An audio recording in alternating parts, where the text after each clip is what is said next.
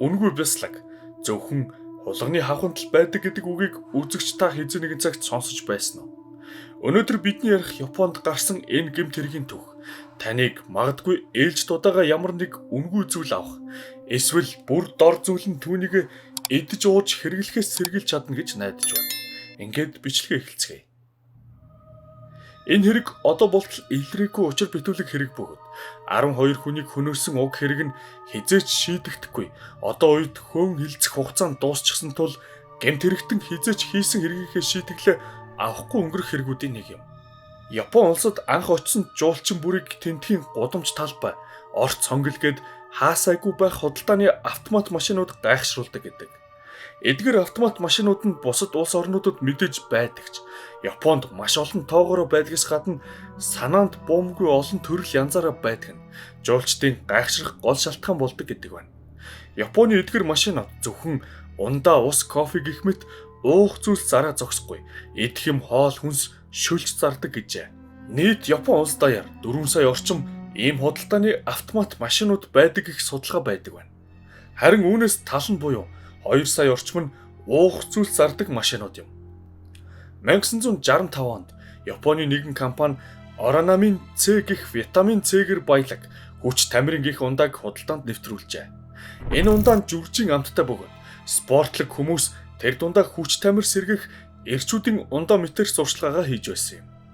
Анх гарч иж байсан 60-аад онд Оранамин С нилээдгүй алдартай ундаа болсон ч өнөөдрийн түүх өрнөх 1985 онд буюу 20 жилийн дараа гэхэд энэ ундаа төдийлөн алдартай ундаа биш болчихсон байсан гэв. Залуус өөр ундаануудыг голчлон уудаг болчихсон байсан бол 60-аад онд залуу байсан хүмүүс хаяа хуучны дуртай байсан амтаа сэргийх гэж уудаг ундаа нь болчихсон байлаа. Анх гарсан цагаасаа гадаад үзэмж савлгаагаа төдийлөн өөрчлөөгүй 80-аад онтой зоолгосон Оранамин С тэр үед гялцэл болсон хийжүүлсэн ундаануудаа өрсөлдөж чадахгүй байсан ба түүний даруухан савлгаа яг л шингэн эмэмлэгийн бүтээгдэхүүн шиг сэтгэл төрүүлж байсан юм. Борлуулалт нь унаад байсан Оранамин С-г үйлдвэрлэгчид тэр үед нэгэн урамшуулалт сурчлагын ажил эхлүүлсэн нь уух зүйлс зардаг автомат машинуудаас ямар нэгэн ундаа авсан хүн бүрт үнгүй ахин нэгэн ундаа гарч ирж байсан нь Оранамин С ундаа байлаа. Хүмүүс энэ ажилд янз бүрээр хандж байсан ба зарим нэг нь үнгүй авсан ундаагаа уучдаг байсан бол Оранамин С-гийн амтанд дургүй хүмүүс өөрийн авсан ундаагаа л авч бэлгэнд ирсэн ундааг огт авалгүй автомат машины бүтээгдэхүүнээ авдаг нүдэнд нь үлдээчихдэг. Эсвэл гаргаж ирээд хажууд нь юм уу машины дээр тавьчихдаг байсан гэжээ. Харин Оранамин С-д дуртай хүмүүс ил гаргаад тавьчихсан үнгүй ундааг аваад уучдаг байсан юм. 80-аад оны Япончууд байтугай одоо үед ч хэн нэгэн ундааны автомат машины дэргэд задлаагүй ундаа олвол аваад уучхад тэмцвэртэй зүйл биш ээ. Харин тэр үеийн Япончууд бүрл амгалан тайван нийгэмд амьдрах тул огт юм бодлогүй үнгүй ундааг ууцгааж байв. 1985 оны 4-р сарын 30-ны өдөр Фукуяма хотын иргэн ачааны машины жолооч 45 настай ир ажлаа тараад харж явсан юм. Тэр нэгэн автомат машины дэрэгдүр өнгөрч байгаад дэрэгд нь тавиад үлдээчихсэн Оранамин С ундааг олж харжээ. Жолооч ир ундааг авч бүрэн эсгийг нь шалгахаар гартаа хэд эргүүлж тойруулж үзээд гэртээ уухаар халаасалж орхив. Харин хожим тэр гэртээ ундаагаа уусан ба төд удалгүй майнер хордлогын шинжүүттэй эмнэлэгт хүргэгдсэн юм.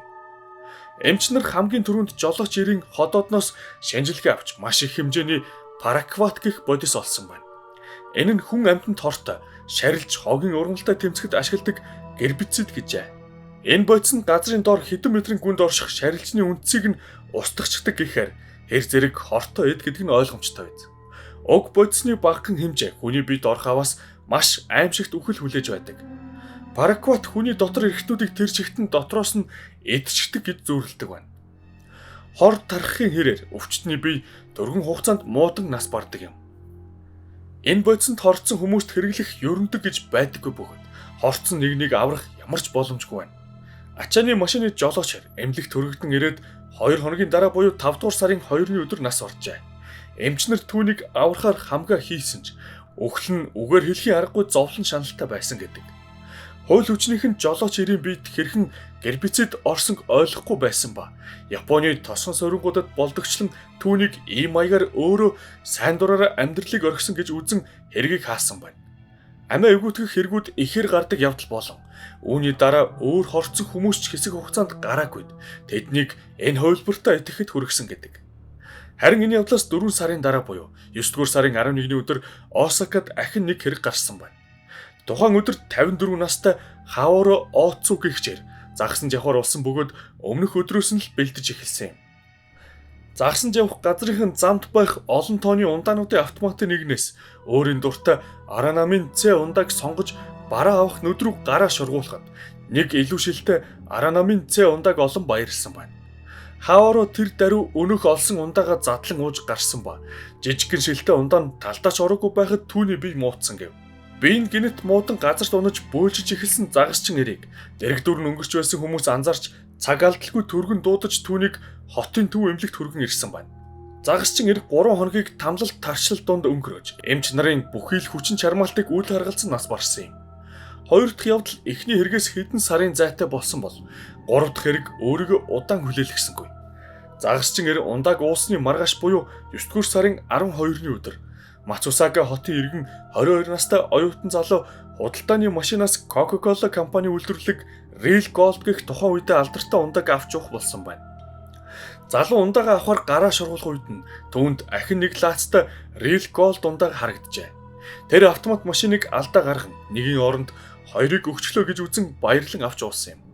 Гэвч тэр 9-р сарын 14-нд хоёр дахь хохирогч Хавааро Ооцутай нэг өдөр нас барав.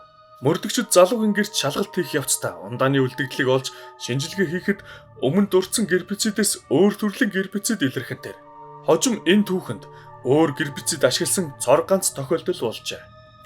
Гэвч өмнөх халдлагуудаа бодвол 9-р сард өөр 3 хүн нас барсан юм. 9-р сарын 19-ний өдөр Ичисен хотын 30 настай нэгэн залуу худалдааны автомат машин дотроос үнгүй Coca-Cola олсон байна.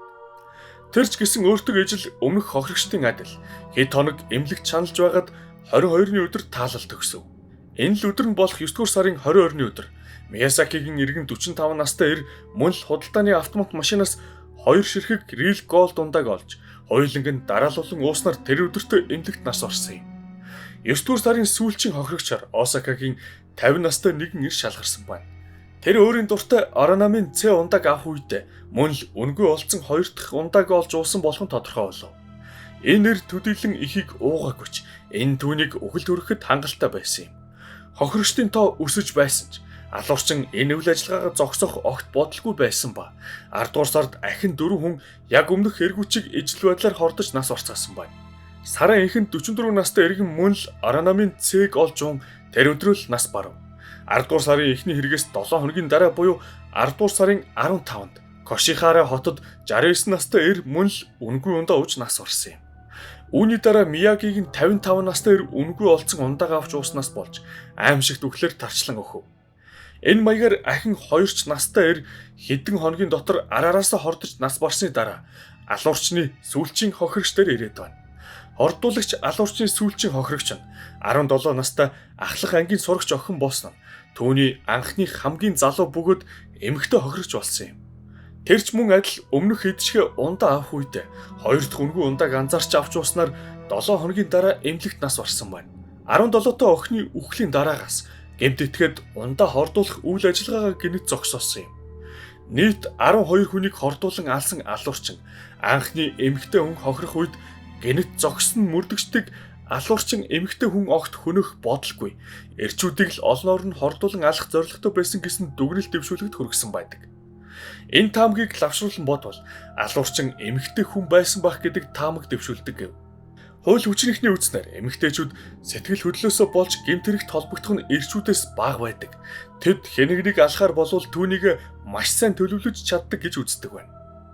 Үүнээс гадна эрчүүдийг бодвол эмэгтэйчүүд хор илүүтэй хэрэглэж хүн хөнөөдөг гэж Японы хууль хүчнийхэн үзсэн юм. Хордуулах үйл ажиллагаа нэг хотод биш, Япон улсын өнцөг булан бүрт болж байснаас гадна ямар ч гэрч энэ хооронд ямар нэгэн с жиг бүхий хүнийг ундааны автоматны дэргэд олж хараагүй. Тэр маш түргэн шуурхай ажиллаж байсныг илтгэдэг гэж цагдаагийн тайланд тусгажээ.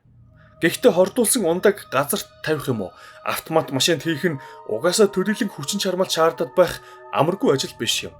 Алуурчны сонгосон автомат машинууд ихэвчлэн хүний хөлөөс зайдуу нам бөглүү газарт байсан гэдэг нь ойлгомжтой зүйл үзье.